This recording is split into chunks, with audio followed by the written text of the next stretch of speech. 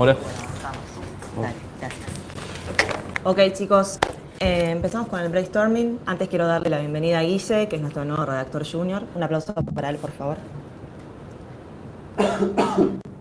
Bueno, Guille, ¿qué tenés?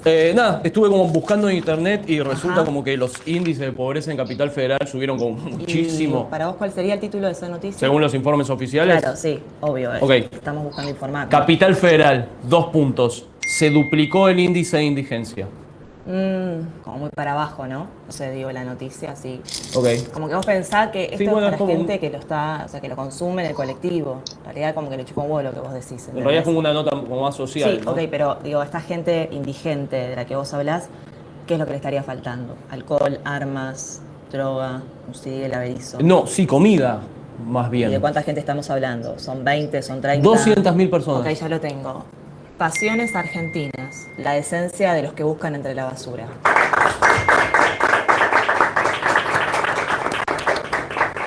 Bueno, ahora sí, ¿eh? Estamos on fire. No, genialidad, genialidad. ¿Qué más tenés? AFIP, más jubilados pagarán el impuesto a las ganancias. Un nuevo desafío en el mundo laboral, prepararse para trabajar hasta los 80. Sí,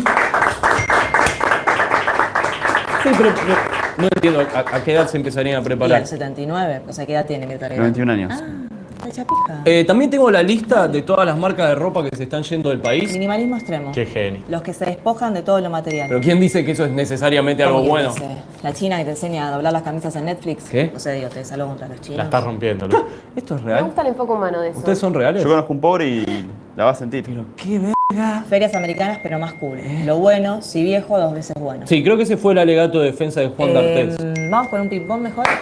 Desayuno, ¿sí o no? Sí. No. Educación. ¿Vale la pena ir a la universidad? Sí. No. Salud. ¿Cuánto tiempo después de vencido se puede comer un alimento? De verdad, 0 días. ¿Quién lo dice? Más que nada la fecha de vencimiento. A ver, pensá un poquito fuera de la caja. ¿Qué caja? Las cajas de cartón vacías que estimulan la imaginación de los chicos. Ah, LinkedIn y la puta que te parió. Ok, dale, vamos. Dame más. Desempleo. Tiempo libre. Un tesoro que puede dar más felicidad que el dinero. En serio, esta la escribió el presidente. Algo de crisis energética. Mejor oscuras. La luz artificial afecta a la salud. Sí, perdón, ¿qué obra social nos dan acá? Edenor. ¿Canasta básica? Hallaron el método más increíble para adelgazar. Comer tierra. Comer tierra. No puede ser legal publicar Comer eso. tierra, boludo. ¿Nunca comiste tierra? ¿Me estás Pechito, jodiendo? bolita, tierra. En serio que no sé cómo pasarte un psicotécnico. Ok, chicos, Recursos en humanos. serio, me parece que necesitan todos tomarse unas buenas vacaciones acá. Vacaciones para tu cabeza. ¿Cómo tener una escapada mental? ¿Qué mierda es una escapada mental? Llama al borde y pregunta. Asunto escapada mental. Buah, yo no puedo seguir con esto. Quejarse y protestar es malo para la propia salud. Wow. Se puede despedir y terminar con la pobreza. ¿De qué manera? No sé, pero está despedido. ¿Y qué le voy a decir a mi familia? Millennials. 10 años en la misma empresa puede ser un fracaso personal. Pero yo empecé a trabajar acá hace 5 minutos. Ah, pero vos sos un éxito.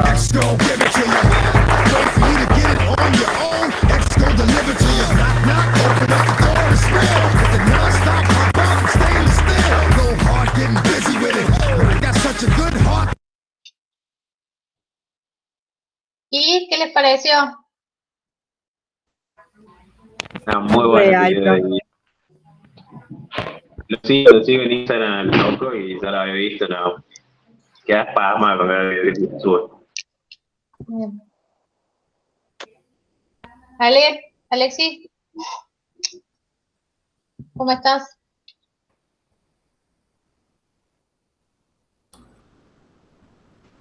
Bien, buen día. Buen día. Sí, Bueno, ¿qué tiene de bueno? ¿Qué tendrá de bueno? Podríamos decir. No, bueno, ahí por eso estaba poniendo eso. Me había olvidado. Esta situación actual nos afecta también la memoria, ¿no? Y me había olvidado que esa parodia tenía insumos reales, ¿no? Todos esos títulos son reales. Sí, Esos títulos totalmente. Y claro, existieron en un tiempo político donde la lógica mediática era como inversa a la actual quizás, o sobre todo inversa a tiempos previos, ¿no? Donde esos mismos medios tenían una política de confrontación con el gobierno y con supuesta investigación de temas, de esos temas que son las malas noticias, ¿no? Entonces, esta búsqueda forzada de la buena noticia o del lado bueno de la calamidad, o como supo decir Mafalda cuando se le rompe el juguete y con uno de los engranajes hace un trompito, pequeñas ganancias de las grandes pérdidas. Esa lógica fue propia de los 4 años del macrismo, ¿no? O sea, es una lógica 2015-2019. La lógica, eso que nos muestra ese video de TKM es lo que algunos llamamos el blindaje, del que disfrutó un gobierno como el de Macri, que era no solo el gobierno en tanto clase política, sino también todos sus aliados, en tanto era el gobierno de los CEOs y era un gobierno con una política favorable a los intereses de los grupos más concentrados de la economía. Ujú. Es terrible, pero eso parece una parodia exagerada, ¿no? Y no lo fue, o sea, fueron así. Incluso podemos ir más atrás en el tiempo, no ocurrió por primera vez ahí durante el macrismo. Hubo un tiempo posterior a aquella tremenda crisis que fue el final de la década de los 90, la revuelta social de 2001, ahí se empezó a discutir mucho el rol de los medios. En el contexto del 19 y 20 de diciembre de 2001 también hubo escraches por parte de movimientos sociales a los medios de comunicación. Sin embargo, cuando una vez que se estabiliza la situación, vuelve lo que se llama gobernabilidad, y durante la presidencia de Eduardo Duhalde, previo a la época del kirchnerismo, ahí a 6 meses después de los 33 muertos de diciembre de 2001, se da la protesta del movimiento de trabajadores desocupados en Avellaneda, de Aníbal Verón, y ahí es donde en la represión, en la estación de trenes de Avellaneda, son asesinados por la policía frente a los medios y con registro de fotos e imágenes de muchísimos medios. Son asesinados Darío Santillán y Maximiliano Costecchi, militantes. Al día siguiente, el diario Clarín, aún teniendo las pruebas que mostraban cómo habían muerto y quién, ¿no? Esa pregunta que es la pregunta esencial de toda noticia: el quién, qué, cómo, dónde, cuándo, ¿sí? Teniendo el quién, el título principal del diario del día siguiente, del 27 de junio de 2002, fue: la crisis causó dos nuevas muertes. O sea, encubre completamente el quién, que hasta podríamos haberle puesto nombre y apellido, porque ya había una foto de una persona identificable que era el comisario Franciotti, pero bueno, había un quién institucional que era la policía de la provincia de Buenos Aires. Encubre totalmente el quién y también manipula el cuándo, porque los otros muertos, de los cuales estos dos formaban parte de una serie, según esa lectura, habían sucedido 6 meses antes en un contexto distinto, por lo menos en un contexto de espacio-tiempo distinto, que es el material de la realidad con el que se supone que trabajamos los periodistas. Es tremendo. Y bueno, primero que todo, qué bueno volver a clase, ¿no? Qué bueno estar en clase. Y qué bueno que esto esté funcionando. Ahí veo que hay 41 en esta aula virtual. Está buenísimo. Y me encantó lo que escuché. Nos hace mucha falta en este tiempo y me parece que es un tiempo muy interesante. Ya lo venía haciendo y en esta coyuntura del coronavirus y todo lo que implica, me parece un tiempo interesantísimo para estudiar comunicación. Quisiera estar en el lugar de ustedes para empezar de nuevo. Bueno, chiques, a todos los que están ahí, quien estaba hablando es Alexis Oliva, es periodista de Cruz del Eje, ¿sí? Así es, sí. De Cruz del Eje, y es profe de la Facu, seguramente lo van a cruzar en alguna aula, en los pasillos, cuando nos volvamos a encontrar, y lo invité para que charlemos entre todos y debatamos entre todos un poco esto de cómo los medios están trabajando la información respecto a la pandemia, al coronavirus, que nos están un poco más aturdiendo con tanta información que se repite, que se replica 1000 veces, y en qué condiciones están trabajando muchos periodistas, y bueno, esto de que hasta la OMS la llamó la infodemia, que es como la pandemia de la información y las fake news y todos los mensajes que recibimos por WhatsApp y todo un montón de información que nos hemos transformado un poco en lo que la CUNSA va a llamar en el texto como curadores, como seleccionar la información y descartar lo que no. O sea, todo lo que estamos recibiendo muchas veces los tenemos que corroborar y ver una y 1000 veces a ver qué es lo que está sucediendo y si realmente son fuentes oficiales o no.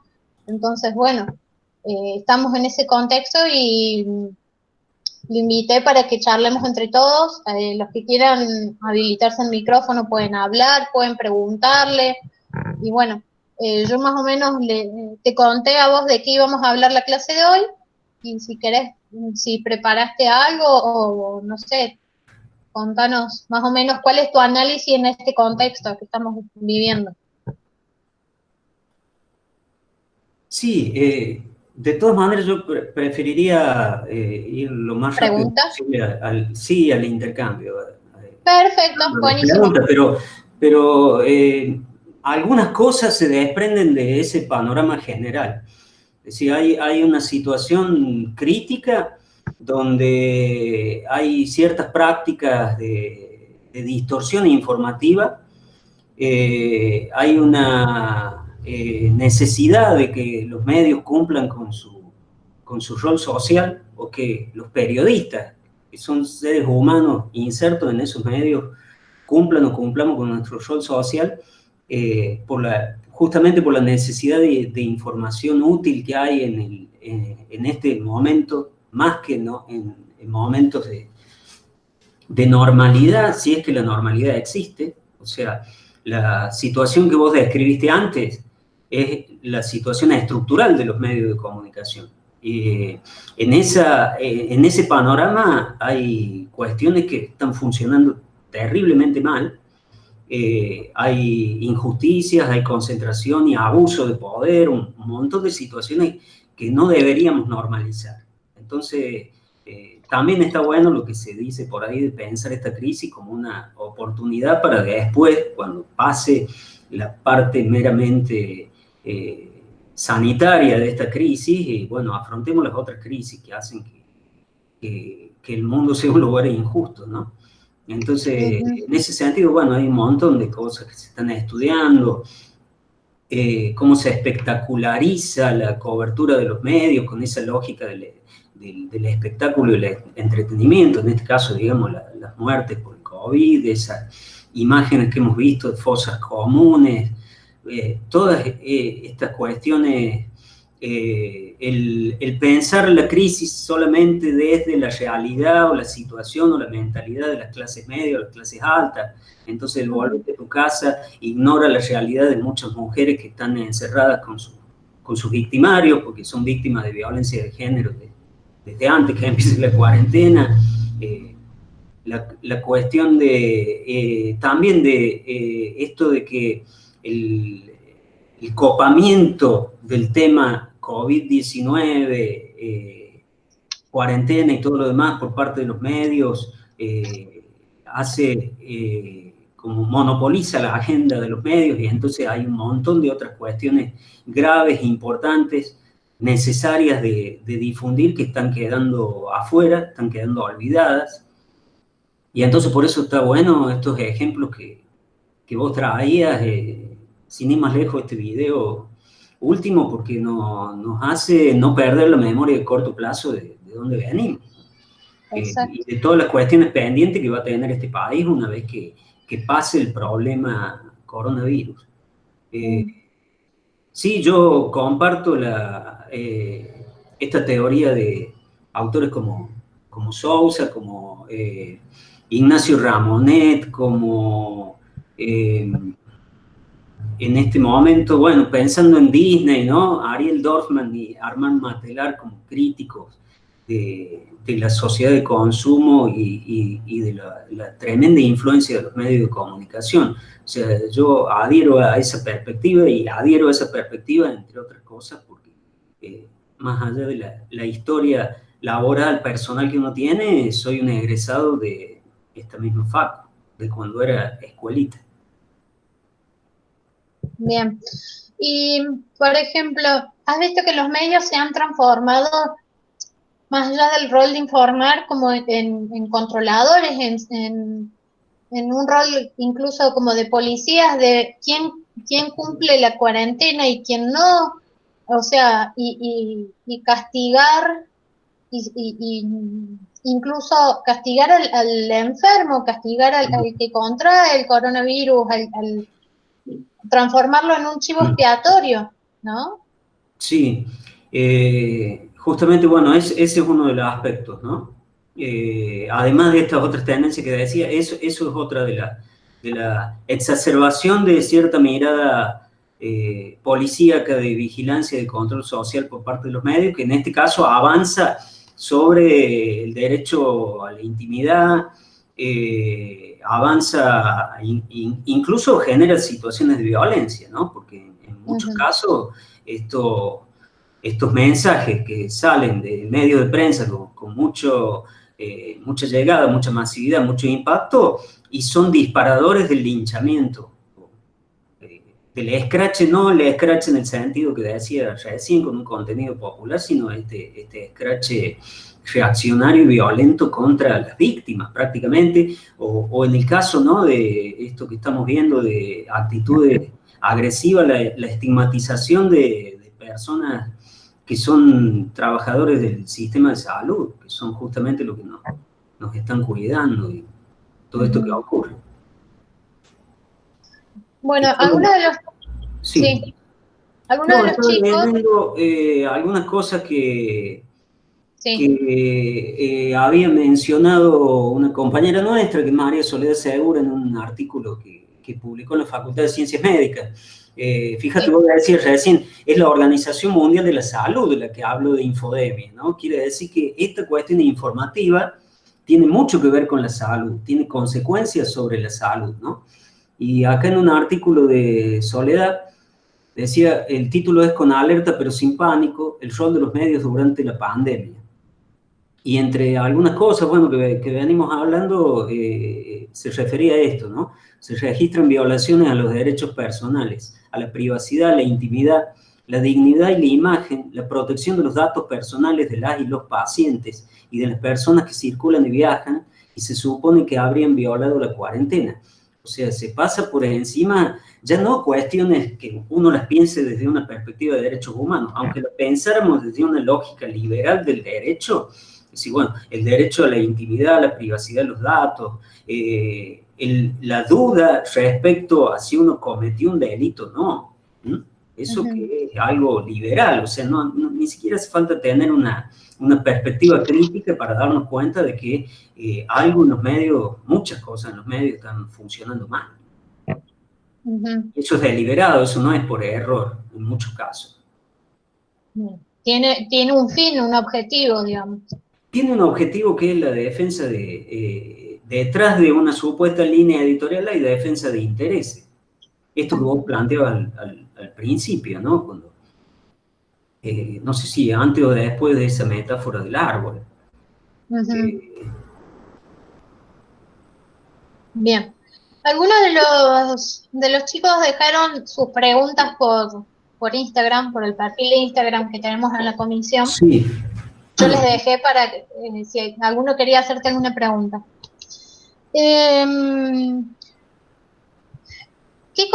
Una de las preguntas es, ¿qué elementos consideras vos, digamos, que son importantes al momento de dar una noticia para no generar pánico en la población en este contexto de pandemia?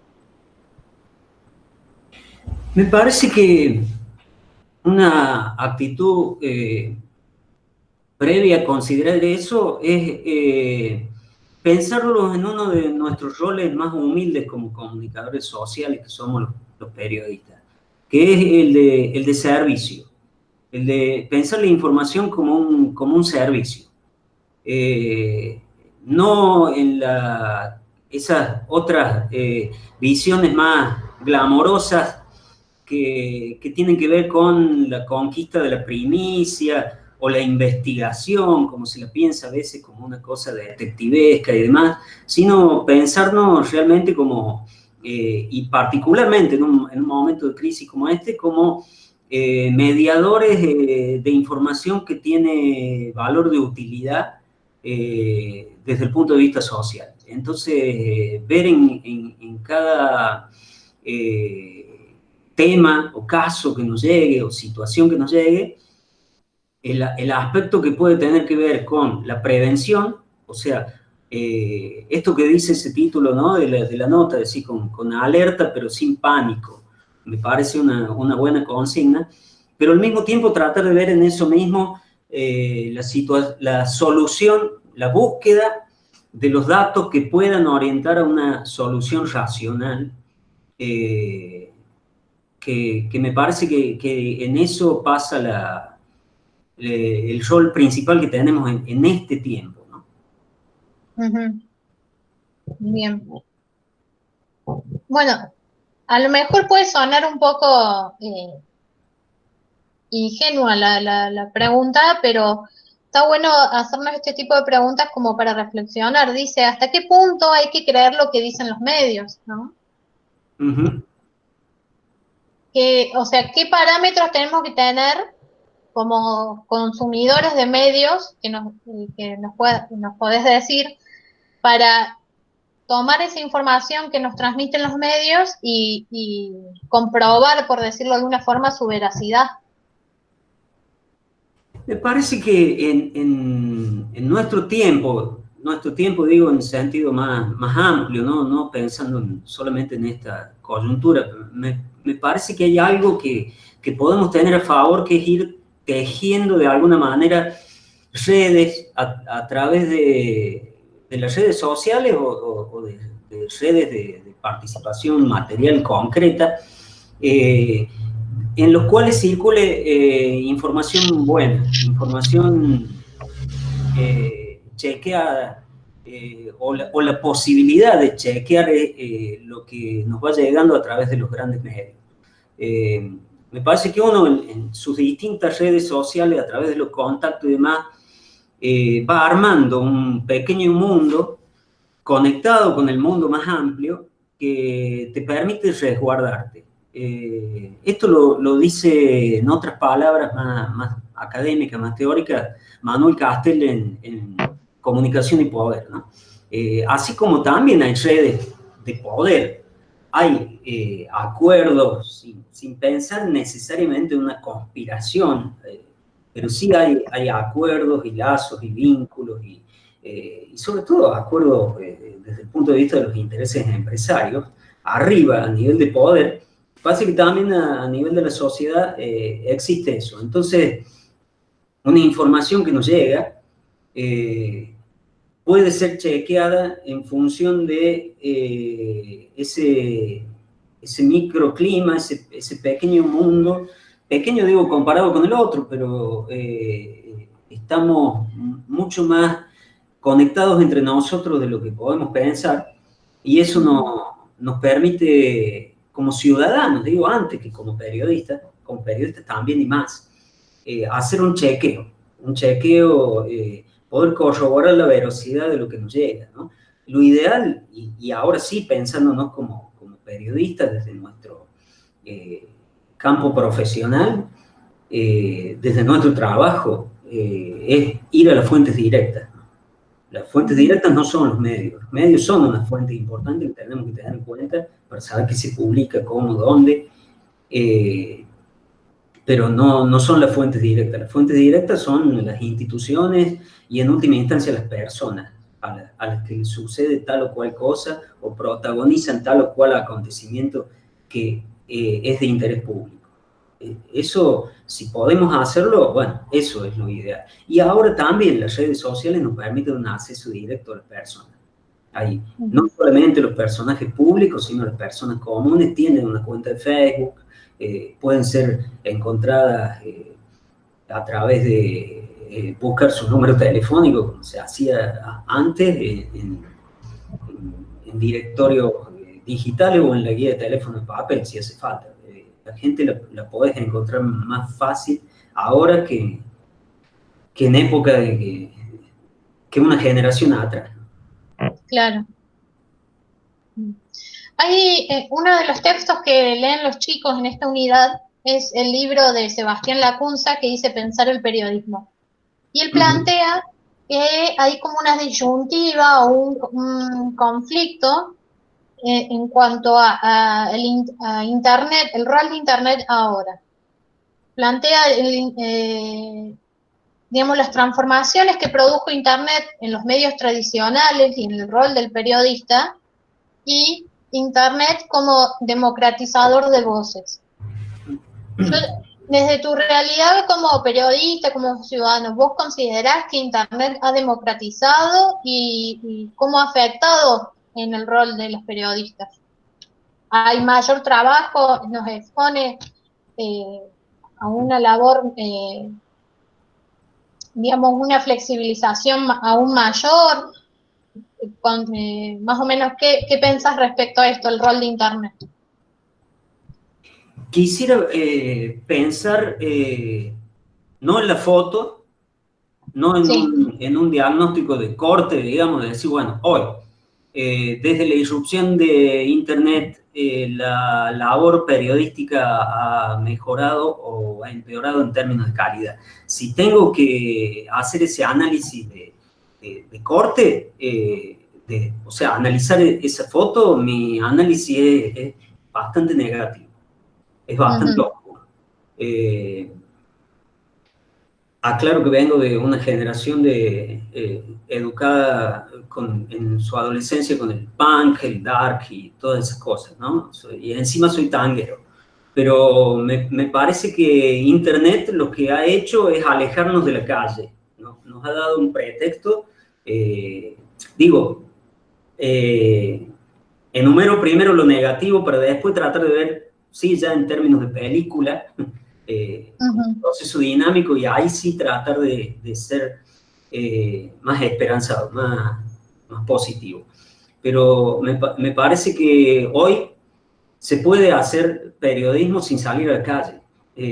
Esa es una facilidad que nos da esto, pero nosotros, en vez de usarlo para mejorar eso, para mejorar lo que obtenemos con una búsqueda de información cara a cara, porque esto es una profesión de relaciones humanas y la mejor forma, y miren en la coyuntura que lo estoy diciendo, pero así como la educación es mejor cara a cara que esto que estamos haciendo ahora, esto que estamos obligados a hacer ahora, también el periodismo lo es. Y a muchos Internet les da todo lo que hay, las herramientas que hay dentro de lo que llamamos Internet, nos da el pretexto para no salir a la calle, no ir a confrontar con la fuente. Y entonces lo que nos llega, ¿qué termina siendo? A través de Internet.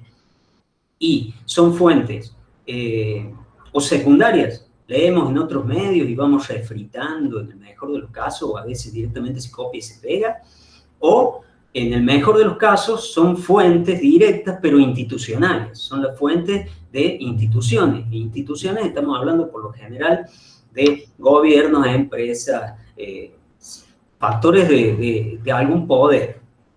No hace falta que lo pensemos tan negativamente el poder, pero sí de un poder. Digo, la persona, el ciudadano común, la persona de la calle no está si nosotros no la vamos a buscar a su lugar. Esto, y lo mismo, la aceleración de los procesos, que significa la posibilidad de la cobertura online, que es ya una versión más exacerbada de la cobertura en vivo que tuvo como origen en la época de la televisión satelital y todo lo demás, esta posibilidad de la cobertura en tiempo real, al mismo tiempo la cobertura multimedia que hace que los periodistas tengamos que preparar una nota, al mismo tiempo grabar un video, al mismo tiempo pensar en frases que puedan funcionar como un hilo de Twitter para traducir al Twitter la nota que vamos a escribir para, supongamos, un diario. Toda esta cuestión hace que no haya tiempo para pensar, el vértigo, no haya tiempo para chequear, lo cual es más grave, ni siquiera a nivel informativo, mucho menos de pensar en términos de interpretación, que es lo que muchas veces están necesitando los públicos. Y bueno, esto genera una hiperflexibilización en lo laboral, y en el caso del producto, o sea, si terminamos pensando en el propio producto, aunque no nos interesen los procesos de trabajo de esos seres humanos que todavía somos los periodistas, si pensamos en producto, bueno, el producto va a tener una calidad bastante baja, por más que tenga esta cosa multimedial de que nos va a llegar audio, imagen y sonido, texto, etc.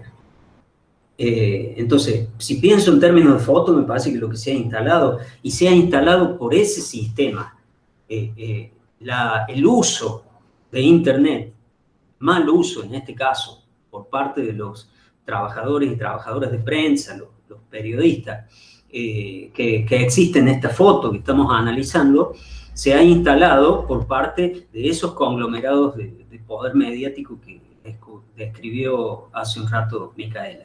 Ahora sí pienso, podemos ver la película.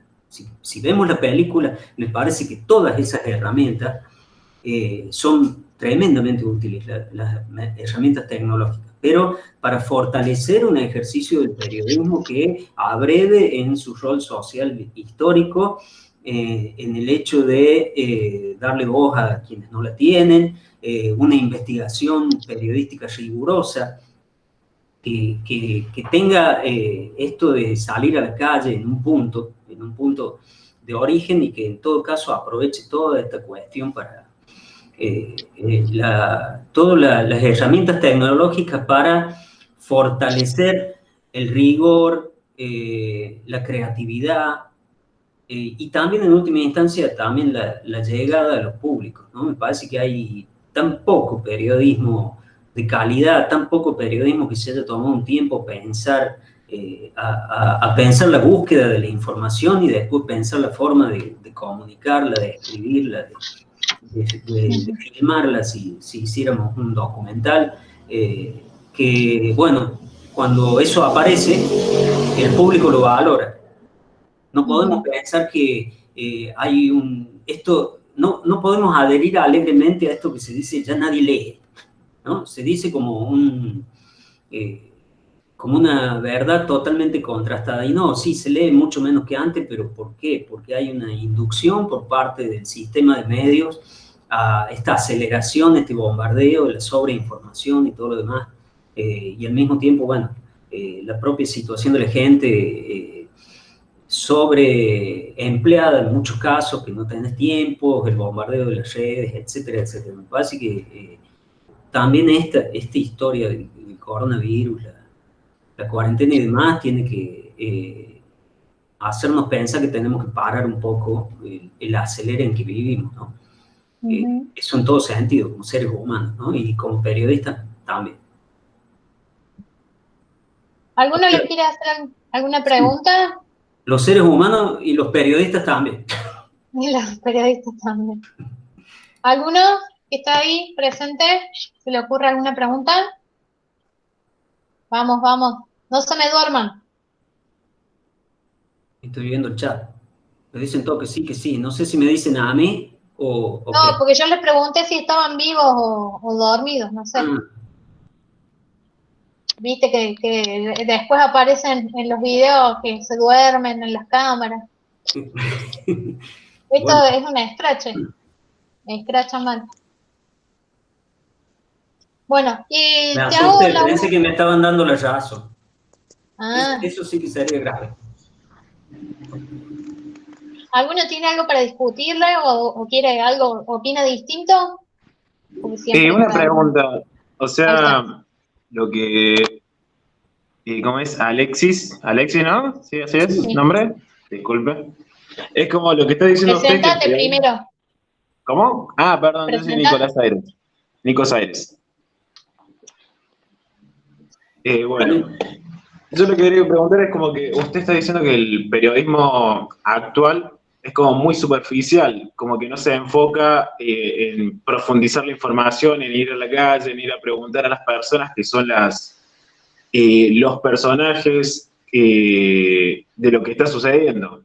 Como que no nos profundizamos en ver la historia desde el punto de vista de las personas, sino que es todo más rápido debido a la forma en la que corre la información en las noticias, ¿no? O sea que la consecuencia de que no profundicen tanto sería porque hoy actualmente las noticias corren muy rápido. Y si se toma mucho tiempo, creo yo, en profundizarse, como que ya se pierde como la primicia, ¿no? Esa sería una de las consecuencias por las cuales usted estaría criticando esta nueva forma de periodismo. Sí, y es una generalización, claro, pero es una generalización a partir de la producción más masiva de contenidos periodísticos, que es la que nos llega desde las empresas periodísticas, desde los medios más masivos de comunicación, que en la mayoría de los casos son medios empresariales. Claro, Existe igual otro también. periodismo que es minoritario, que piensa la profesión y el rol social desde otro lugar, e incluso con otras prácticas más, con las cuales uno está más de acuerdo. Incluso hay muchos periodistas, hay una palabra que tiene toda una carga casi romántica, pero que no es tanto, que es el periodismo freelance. Yo la mayoría del tiempo, desde los 20 años que hace que trabajo en esto, he estado más tiempo como freelance, que es monotributista, llamémosle, a veces directamente negro, y uno vende notas a tal o cual medio, y entonces elige los temas que a uno le gusta y que cree que en tal medio le va a interesar, o porque ya conoce, y entonces, o porque tenemos algún contacto, y vendemos esas notas. Desde el punto de vista vocacional suena bárbaro, porque uno tiene mucha libertad ahí, pero es muy difícil en esa condición poder vivir del periodismo. Yo de esos 20, supongamos que 5 años he estado trabajando en un medio tal, yendo todos los días a la redacción en relación de dependencia. Han sido menos el tiempo que he estado así. En ese caso, bueno, ahí es más difícil, porque ahí no solamente que tenés el acelere cotidiano, sino que tenés una empresa generalmente que tiene una determinada línea editorial. Y entonces, no digo que no se pueda, pero es mucho más difícil defender, por un lado, la calidad y el rigor de nuestro trabajo, y por otro lado, defenderlo desde el punto de vista ideológico, digamos, de lo que uno piensa, de cómo uno se compromete con determinadas cuestiones o conflictos sociales. Los intereses que uno tiene, digamos, son intereses que están cargados de ideología. Que no las reconozcamos, siempre la ideología está. Y entonces, bueno, en ese caso, la crítica mía apunta a lo que es lo más masivo en este momento, que son los contenidos periodísticos generados por grandes medios de comunicación, en la mayor parte de los casos empresariales, ¿no? Entonces, esa foto, y eso que yo lo pienso como foto actual, es crítica.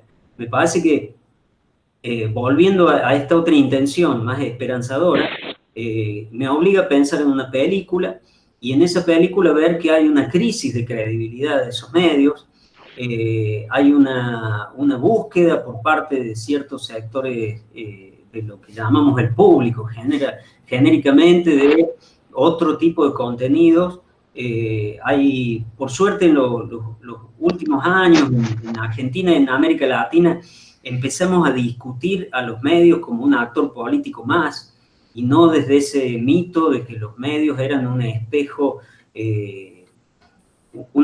neutral que nos mostraba la realidad tal cual es. Eso ya ha sido totalmente superado, y hoy cualquier ciudadano, no necesariamente relacionado en forma directa con los medios, tiene claro que los medios son un factor de poder más.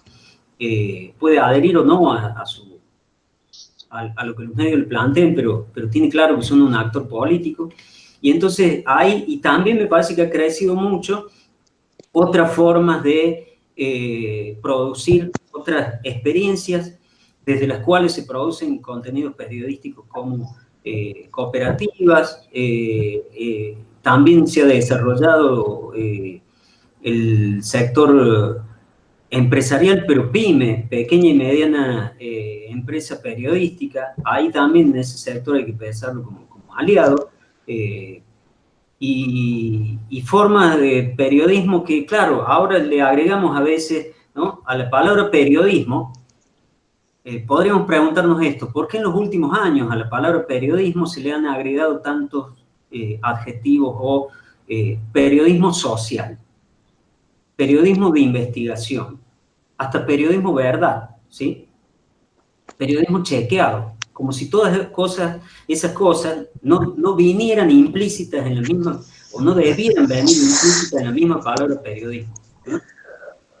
Horacio Verbitsky, en una definición de hace un montón de años, del 93, que de cuando data nuestro plan de estudio, en un libro que se llama Un mundo sin periodistas, donde denuncia, digamos, los ataques en aquel momento. El gran enemigo del periodismo, el gran censurador, era el gobierno menemista en aquel tiempo. Él dice: periodismo es mostrar lo que alguien quiere que no se sepa. No dice periodismo de investigación, dice todo el periodismo. Todo el periodismo debería ser investigativo, ¿no? Ahora, como el periodismo habitual y, como decía recién, masivo, no está cumpliendo con todas esas normas básicas, el apego a la verdad, el chequeo, el rigor, el cierto rol social, cierto compromiso frente a los problemas de las mayorías en la sociedad y de las minorías olvidadas también. Toda esta cuestión, entonces el periodismo para que cumpla con eso, le empezamos a agregar estos adjetivos como periodismo social, periodismo de investigación. Eso habla también de la crisis, digo. La gente que está trabajando en esas áreas, lo que está tratando de hacer es de recargar al periodismo de lo que debieran ser sus valores, ¿no? En este mundo donde, insisto, que el avance tecnológico tiene que ser pensado como herramientas que contribuyan a mejorar el periodismo y mejorar el rol del periodismo en la sociedad, y no a darnos una coartada para la espectacularización o la desconexión, digamos, con el mundo real. En esto de que hablábamos del periodismo verdad, bueno, ahora se puso de moda también el término posverdad o fake news, ¿no? Entonces, capaz que en esto idealizando un poco, o capaz que sea un poco utópico, pero ¿habría una forma de regular que los medios produzcan o que los medios transmitan estas fake news? ¿Qué consideras respecto a esto? Es una de las preguntas de los chicos. Y la palabra regulación suele generar rechazo en los distintos ámbitos principalmente de las empresas periodísticas. Si uno habla de regulación, genera ese rechazo, sobre todo por parte de las zonas más corporativas de lo que es todo el campo de la producción de medios y periodística. O sea, necesariamente eso va a generar la enemistad de organizaciones como ADEPA, por ejemplo, la Asociación de Empresas Periodísticas de Argentina, la CIP, que son organizaciones empresariales que defienden los intereses empresarios, aunque a veces se presenten como defensoras de esa cosa más abstracta que es la libertad de expresión. Y a nivel sindical, a veces también existe, ¿no? En instituciones, no las estrictamente sindicales, que ahí me parece que lo tienen más clara porque velan por los intereses del sujeto ser humano trabajador de prensa, sino otras que son asociaciones de periodistas y demás, ¿no? Como el caso de Popea o una asociación que existía un tiempo y frente a un conflicto determinado tuvo que disolverse, que se llamaba la Asociación Periodistas. Son generalmente adversas a la regulación, pero me parece que la regulación ya existe, y existe, sin ir más lejos, en el Código Penal. Hay delitos que pueden cometerse a través de la prensa, y me parece saludable que exista una regulación en el sentido de la democratización de la comunicación, como lo era, y digo era porque todavía no termina de funcionar y porque en determinado momento prácticamente de hecho se derogó la Ley de Servicios de Comunicación Audiovisual, la que se sancionó en 2009 y que nunca llegó a aplicarse del todo por las medidas cautelares del Grupo Clarín. Por un lado, en esa ley se prevé organismos de defensa del público, la Defensoría del Público. La Defensoría del Público no tiene poder de policía en el sentido de decir, bueno, fulano de tal desinformó y esa desinformación generó daño, bueno, hay que meterlo preso. No, no es eso, pero sí orientativo de señalar y demás. Yo en esa regulación sí creo, me parece que el escenario de medios de comunicación en la Argentina necesitaba una ley de medios de la democracia, porque de hecho existía una ley de medios pensada, sancionada como decreto, no por el Poder Legislativo, sino por el Poder Ejecutivo dictatorial en el año 80, con la firma del propio Videla, y que estuvo vigente durante muchísimos años de democracia, justamente garantizando el abuso de poder desde el punto de vista informativo y el no acceso al derecho humano a la comunicación a un montón de actores sociales que estaban excluidos del sistema de medios. Entonces eso sí necesitaba ser regulado. Pero parte del contenido, digamos, más conflictivo de esa ley tenía que ver con el contenido antimonopólico o antioligopólico, por lo menos. Esto de limitar la posibilidad de cadenas, de repetidoras, de los multimedios y demás. Y sin embargo, bueno, eso es justamente lo que generó más conflicto, y hay ciertos sectores del Poder Judicial afines al Poder Económico contribuyeron a obturar eso, a bloquear las posibilidades de que se avance en ese sentido. Sí se avanzó en el acceso a la comunicación a sectores no gubernamentales y no empresariales, todo lo que son organizaciones populares, que con la anterior regulación, que parecía no existir, pero que sí existía, tenían prohibido el acceso a titularidad de licencias de radio y de televisión, sobre todo de medios. Lo que son los medios audiovisuales, que es lo que regula esta ley. Después está el anchísimo mundo no regulado de esto que estábamos hablando recién, de lo que son los medios en Internet. En Internet, que quedó por fuera. Todo el mundo Internet quedó por fuera de la ley. Exactamente. ¿Vos considerás que habría que retomarla y adaptarla o incluir este mundo del Internet a esta ley de medios? La ley de medios, llamada genéricamente la de Servicio de Comunicación Audiovisual, digamos, es una herramienta que, como toda herramienta legislativa, tiene que ir siendo actualizada, y más en un campo donde el avance tecnológico te cambia las reglas de juego todo el tiempo. No sé si en sentido de restringir, o sea, ante la duda, en todo el tema de comunicación, como muchos otros temas que tienen que ver con derecho, bueno, el no innovar. Pero a veces el no innovar es mantener el statu quo a favor de los poderosos. Entonces ahí hay un gran dilema. Si uno piensa la función legislativa de toda democracia, ¿no? Y particularmente en este caso. Digamos, No fue sería fácil, como... pero esa ley de medios, digamos, tuvo un proceso de gestación y de debate tremendamente genuino donde participaron todos. Participaron todos, no solamente, o sea, desde las instancias de debate público previo, que eran los cabildos abiertos, eso que se hicieron previo a trasladarla al ámbito legislativo. En el ámbito legislativo se debatió tanto y más como cualquier otra ley. Y después, cuando esto se judicializa, cuando va a parar a la Corte Suprema de Justicia, la Suprema Corte vuelve a abrir el debate respecto a las cautelares.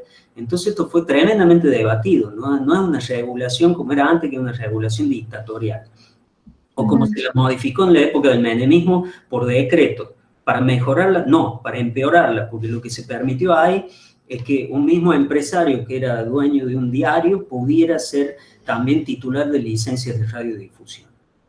Se habilitó el multimedio, se terminó habilitando el monopolio o el oligopolio, que es lo que tenemos en Córdoba, ¿no?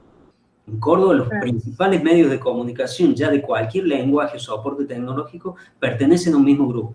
Ese es el mismo grupo al que pertenecen la mayoría de los medios, los más importantes medios a nivel nacional, que es el grupo Clarín. La Voz, Canal 12, Radio Mitre. Radio Mitre. Y bueno, el otro diario que tenía La Voz, que era el desaparecido ahora, Día a Día. Día a Día, que ahora es Vía País, que es, digamos, la versión web que tiene Clarín para medios y noticias del interior del país. El diario La Voz del Interior ya era poderoso en su momento, pero en determinado momento de la historia de Córdoba, aunque ustedes jóvenes no lo crean, existieron otros diarios. Existió un diario que se llamó Córdoba. Ya tenía una posición hegemónica el diario cuando lo compra el grupo Clarín, pero a partir de ahí se convierte prácticamente en una voz única, o digamos con un nivel de llegada y de impacto y de recaudación que no lo tiene ningún otro medio gráfico de la provincia, aunque existan y sobrevivan como pueden, ¿no?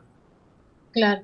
Bueno, los chicos vieron en el cursillo, por ejemplo, vimos la cuestión de la reforma del 18 de la universidad, y digamos, el diario La Voz del Interior cumplió otro rol en ese momento. Era de las voces de la revolución publicaban en el diario, en contra del diario Los Principios, que era un diario plenamente católico. Entonces, era un diario liberal en el mejor de los sentidos.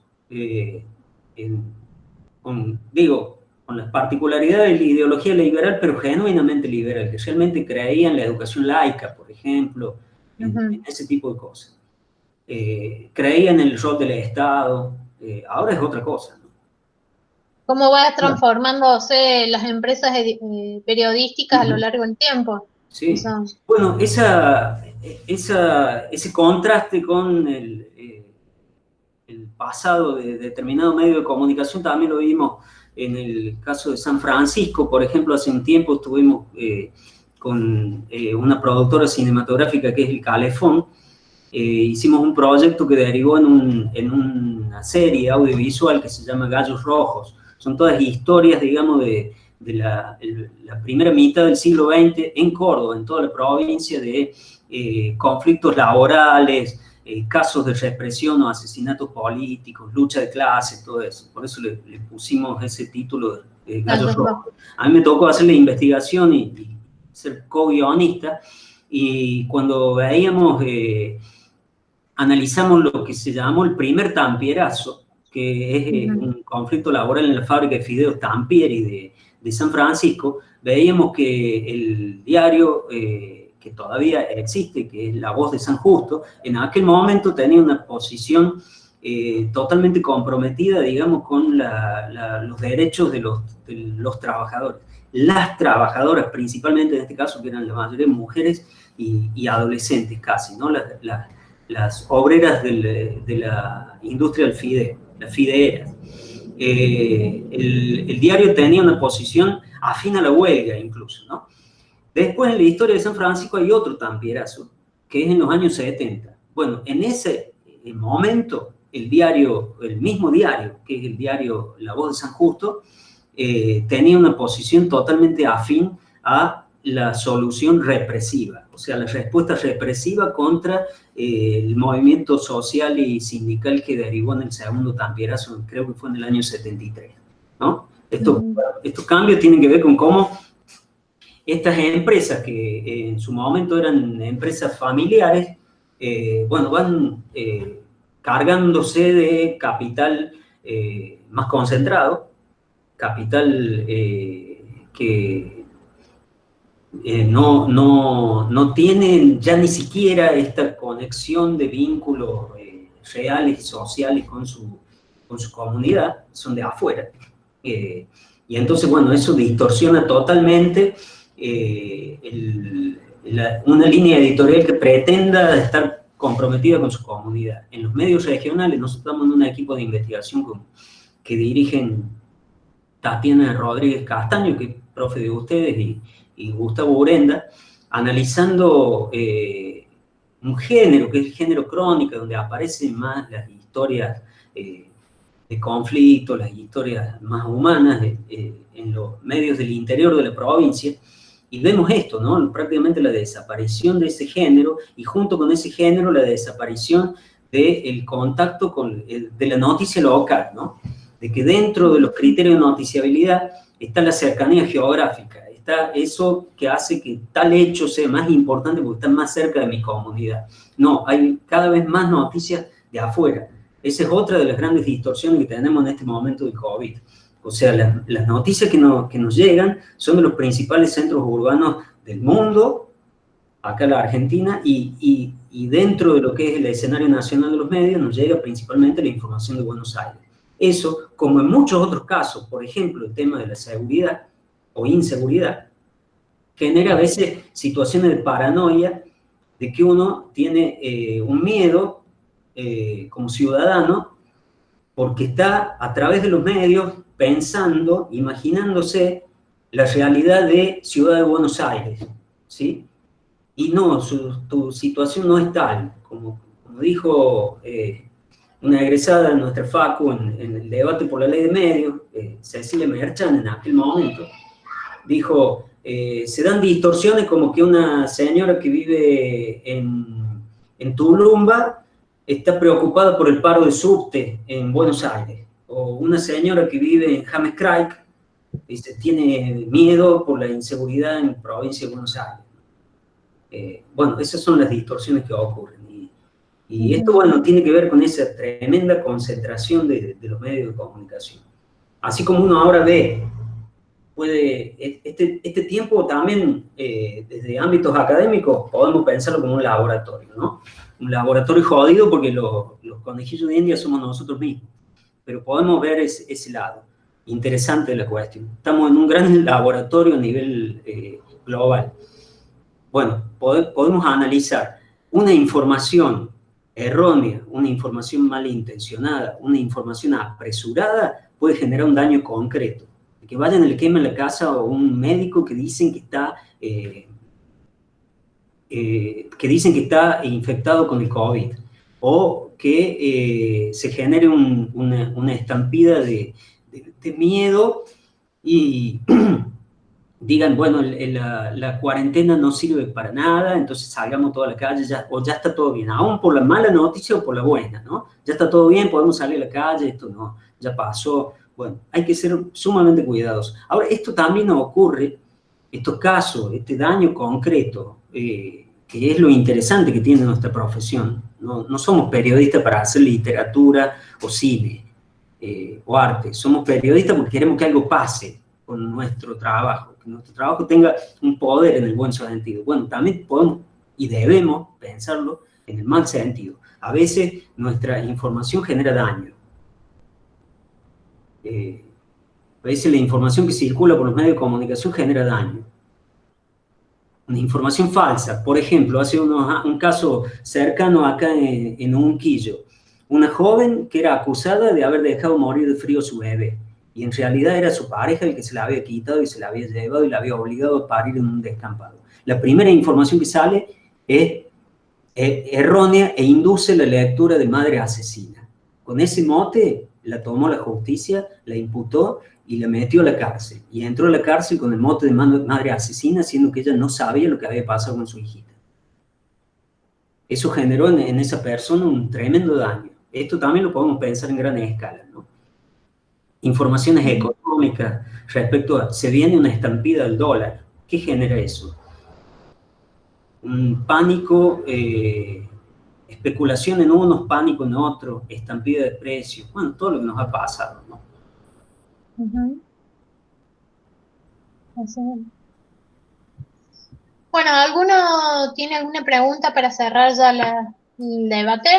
¿O quiere decir algo? ¿Se durmieron, che? ¿Vos lo estás viendo? Sí, yo los estoy siguiendo. Y esto último es una amenaza. Sí. Lo que Sí, dice Alex igual al parcial. Chao. No, re bien. Bueno, ¿entendieron todo lo que dijo Alexis también? Me van a odiar a mí. No te van a odiar. Es para que se despierten. Bueno, están vivos. Están vivos. Ahí están mandándolo las pruebas de vida. Ahí está. Bueno, ahí te están halagando. Un genio Alexis dice, genial la charla, un crack. Se agradece. Mira que estoy sensible, me van a hacer llorar. Y bueno, un poco de llanto no nos viene mal, sacar las emociones, descargarlas un poco. En este momento de cuarentena estamos todos con los horarios cambiados, todos sensibles, todo. Me parece que en este tiempo un buen ejercicio es pensar, y un poco para olvidarnos de este enemigo invisible, diría el presidente, olvidarnos un rato, pensar que hay otros problemas también de los que no nos tenemos que olvidar. Problemas actuales. La pobreza, los femicidios. Como lo de la chica, por ejemplo, eso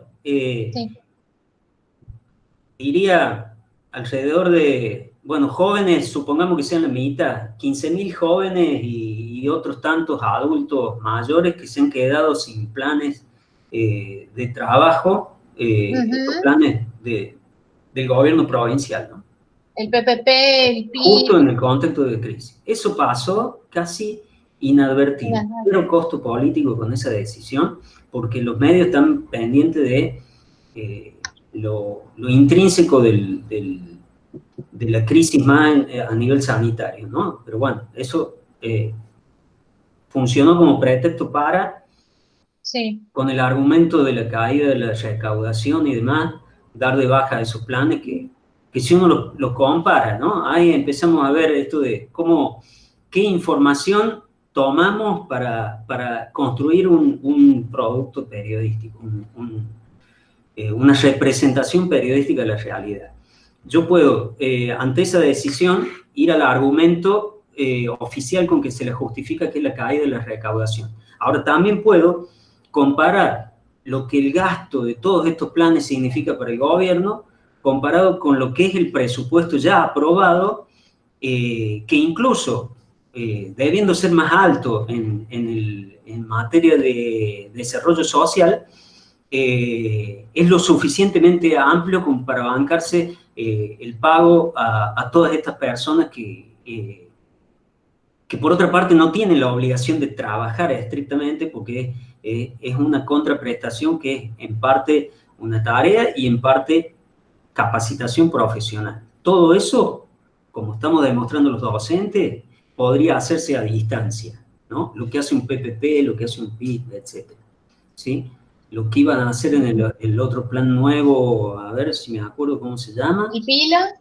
Ese, ¿sí? Y el otro plan, sobre todo, bueno, el de desarrollo de software, que es un trabajo que intrínsecamente se puede hacer a distancia. Bueno, totalmente. Todo esto se dejó de lado. Ahora, si uno compara, el ahorro no llega a los 400 millones.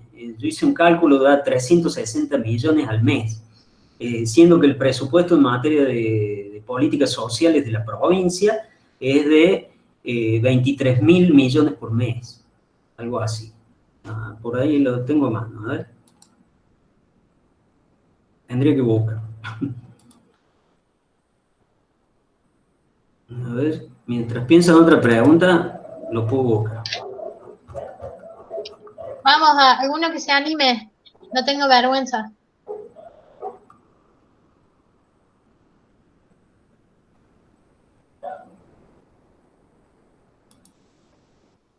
Hola, hola. ¿Me están escuchando? Sí, se escucha, se escucha. Bueno. El presupuesto provincial de 2020 es de 253.000 millones de pesos. 21.083 millones por mes, ¿no? Sí. En general, ¿no? Todo el presupuesto provincial. Ahora el ahorro con estos planes es de 365 millones mensuales. No tengo el dato específico de cuánto estaba previsto específicamente para estos planes a nivel presupuesto. Pero podemos imaginar que en una situación de emergencia hay un pretexto para incrementarlo, no para reducirlo. Exacto. Si la gente se va a quedar sin los trabajos generados dentro de lo que es el sector privado.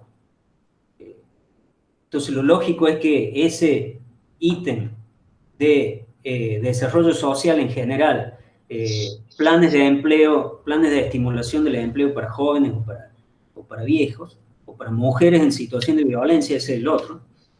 El plan por mí es para mujeres en situación de violencia o madres solteras, etc. Jóvenes o mayores de tal edad con hijos a cargo. Se supone que en un tiempo como este lo van a necesitar más o menos. Claro, son despidos encubiertos, digamos. Entonces, claro. En teoría están prohibidos despedir gente, pero bueno. Y bueno, ni hablar cuántas vidas hubiera significado que los periodistas nos hubiéramos preocupado más por el ajuste en el Estado, ¿no?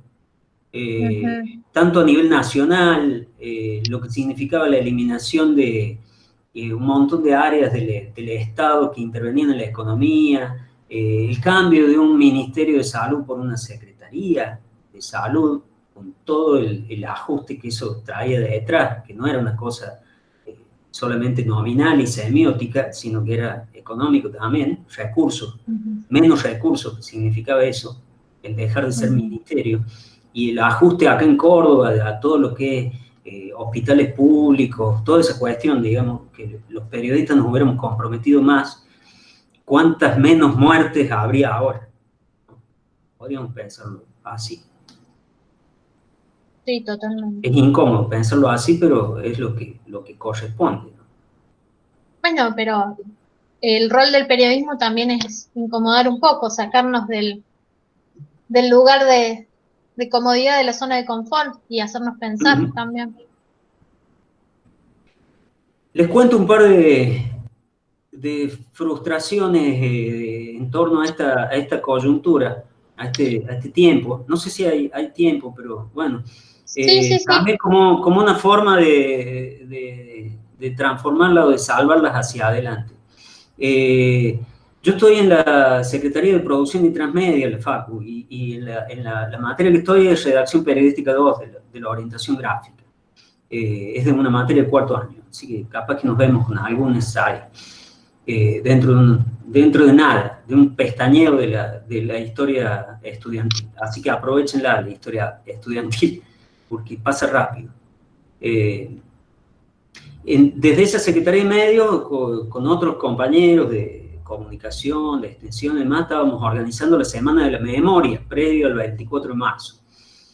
Ahí íbamos a traer a dos personas, que son un hermano y una hermana, de dos nombres, uno muy conocido, el otro no tanto, que son Sergio Maldonado, que es el hermano de Santiago Maldonado, aquel joven militante desaparecido el 1 de agosto de 2017 en Chubut, en el contexto del conflicto de los mapuches, donde está Santiago.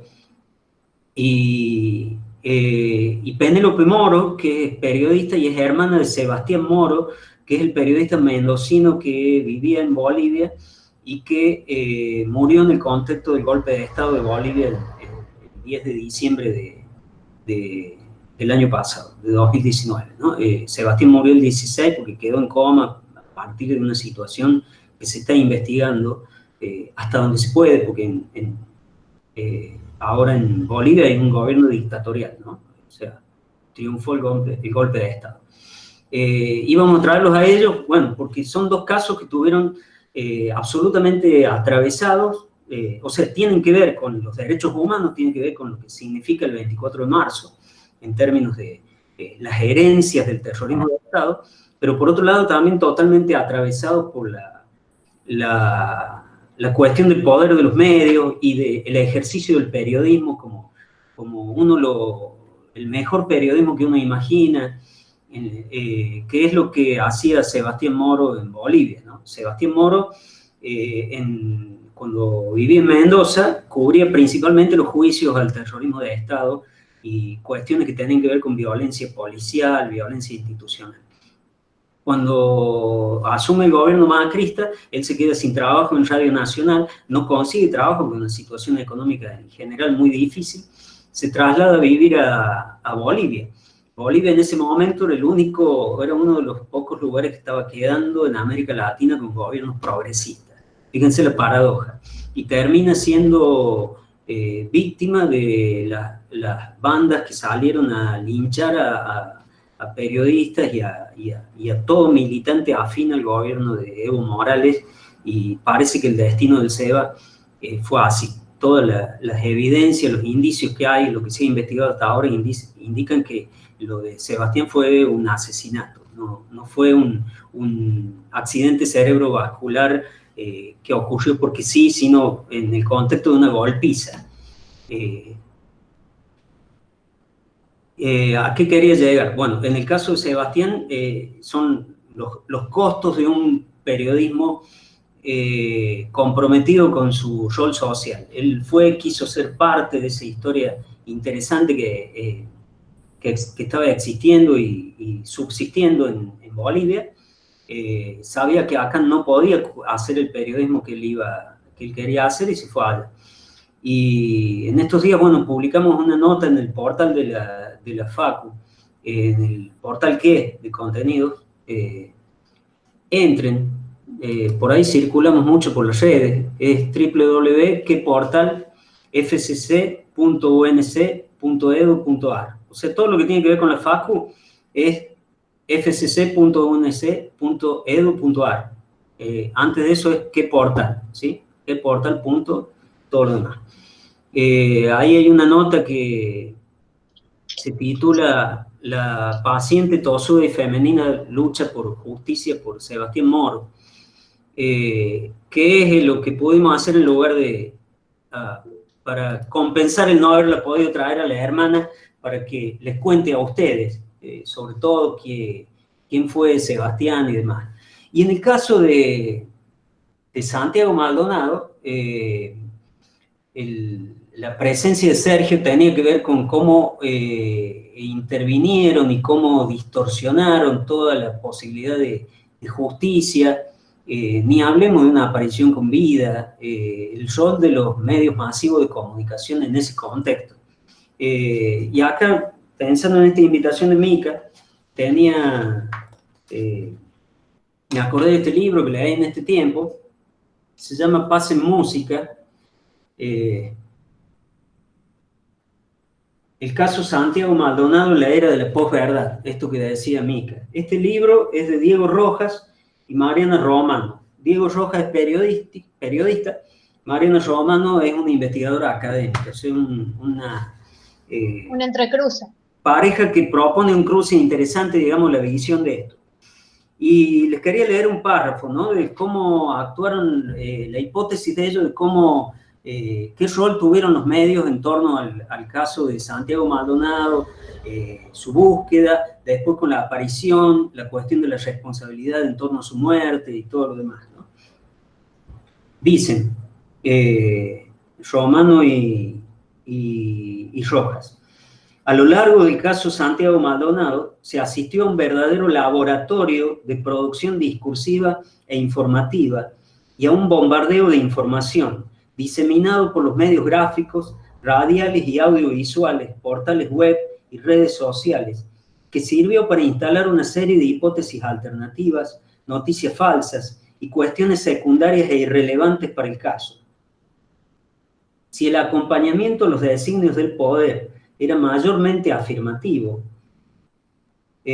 por ejemplo, bueno, hace un poco de historia, ¿no? Pero lo que dice, lo que termina unos párrafos después citando estas palabras de quien iba a ser nuestro invitado, y nos quedamos con el pasaje comprado, que venía de Bariloche, Sergio Maldonado, el 19 de octubre, que es el día que aparece el cuerpo de su hermano Santiago, y todavía no se habían hecho las pruebas de ADN para saber si realmente era lo que terminó siendo, ¿no? Entonces él a los periodistas que tenía enfrente, que eran corresponsales de todo el país, en una conferencia de prensa que se dio en la Universidad de Esquel, les dice esto, ¿no? Dice, no podemos confirmar si es el cuerpo de Santiago o no. Mis padres están a casi 2.000 kilómetros, en provincia de Buenos Aires. El único medio que tienen es la televisión. Si ustedes tiran cosas que hieren o levantan fotos como la que se publicó de un cuerpo, me parece que no corresponde. Hay que replantearse un poco la profesión de todos y cómo la llevan a cabo.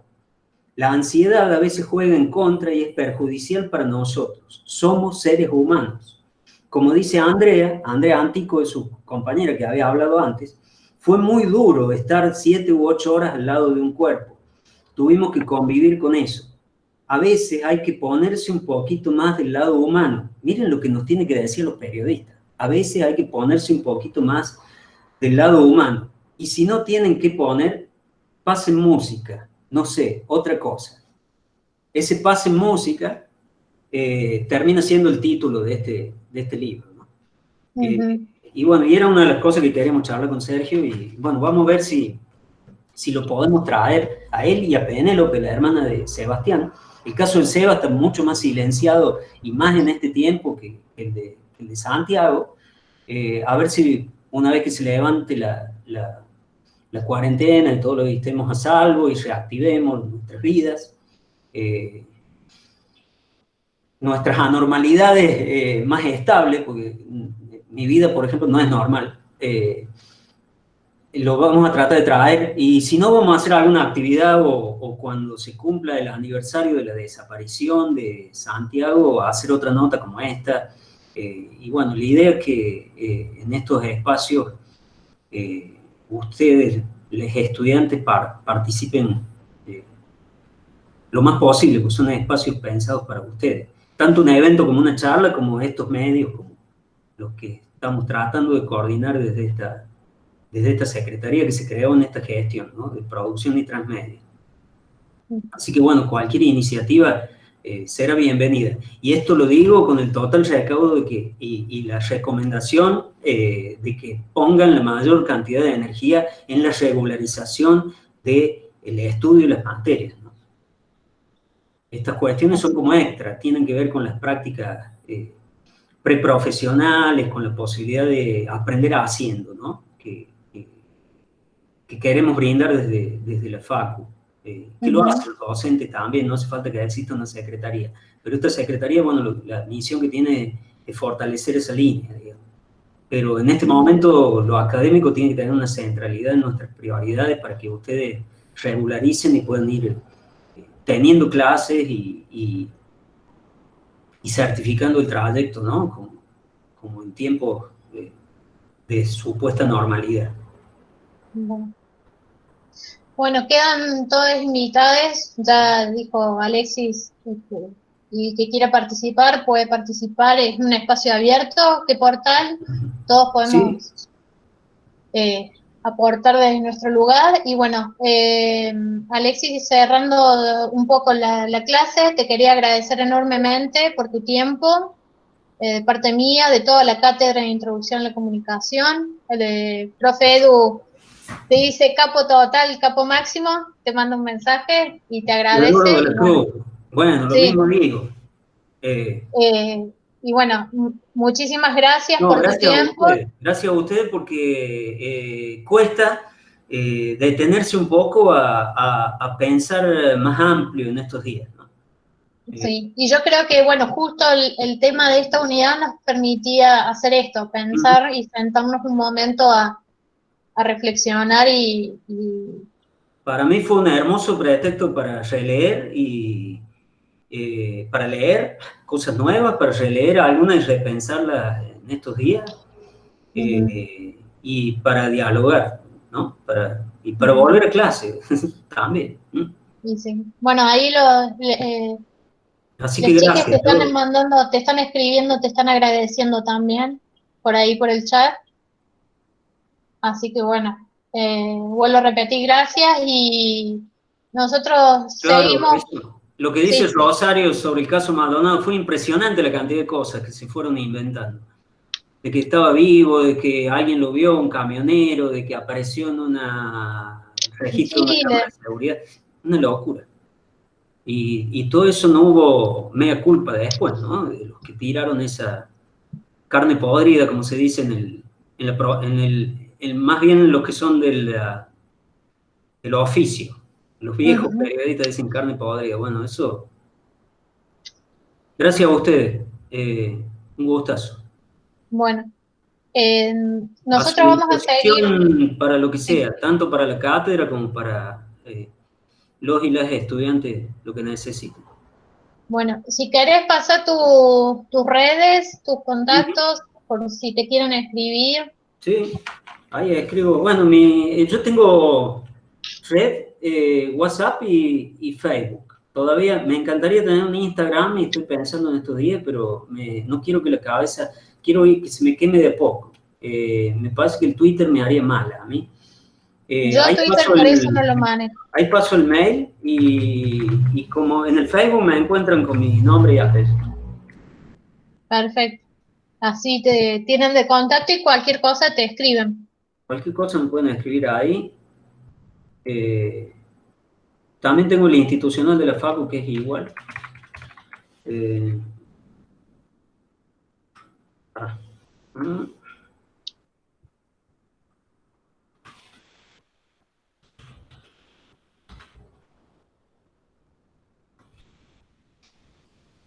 Cualquiera de esos. Buenísimo.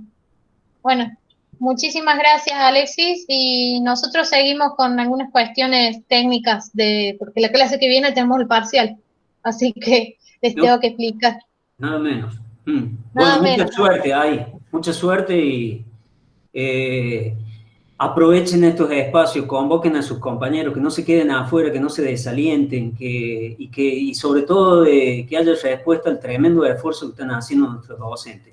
Yo agradezco que la cátedra nuestra es cuatrimestral de la segunda mitad, tenemos esa suerte, pero sé que los que han tenido que hacer la punta, como sus profes, en este caso, son, digamos, los que nos están marcando el camino a los que vamos a entrar quizá al aula virtual, esperemos que no, aunque esperemos que nuestras aulas virtuales sean lo que vienen siendo, complementarias y que no tengan que ser lo principal ya para la segunda mitad, y que lleguemos todos sanos. Un abrazo grande. Bueno, nos estamos viendo. Gracias. Nos vemos.